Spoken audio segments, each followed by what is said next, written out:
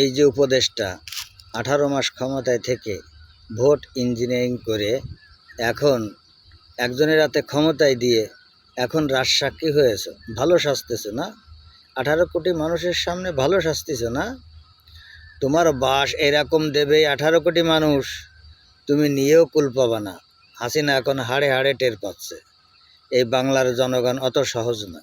1971 সালে বাংলাদেশ স্বাধীন হয়েছে লাঠি ঠ্যাঙার পরে, কুঞ্চি কাঞ্চা বাঁশের লাঠি। এবারেও কিন্তু তাই হয়েছে।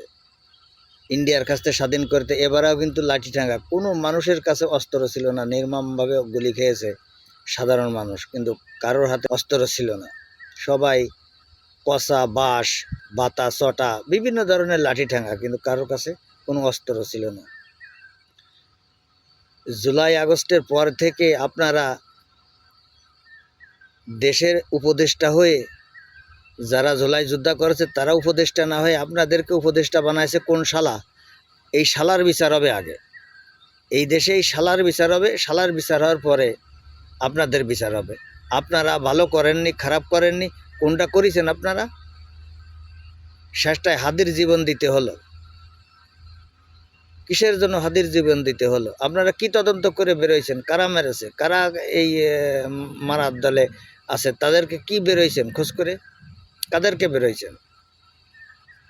এই উপদেষ্টাদের লগতে শাস্তি হতে হবে। তেল গরমের ভিতরে এদের ছেড়ে দিতে হবে। এদের শাস্তি হলো তেল গরম করে এদেরকে ছেড়ে দিতে হবে, তেল গরমের ভিতরে, কড়াইয়ের ভিতরে ছেড়ে দিতে হবে। শয়তানের বাচ্চা, শয়তান উপদেষ্টারা আজকের ভোট ইঞ্জিনিয়ারিং করেছ। ভোট ইঞ্জিনিয়ারিং করে দেশের মানুষের কি হচ্ছে বর্তমান খবর আছে?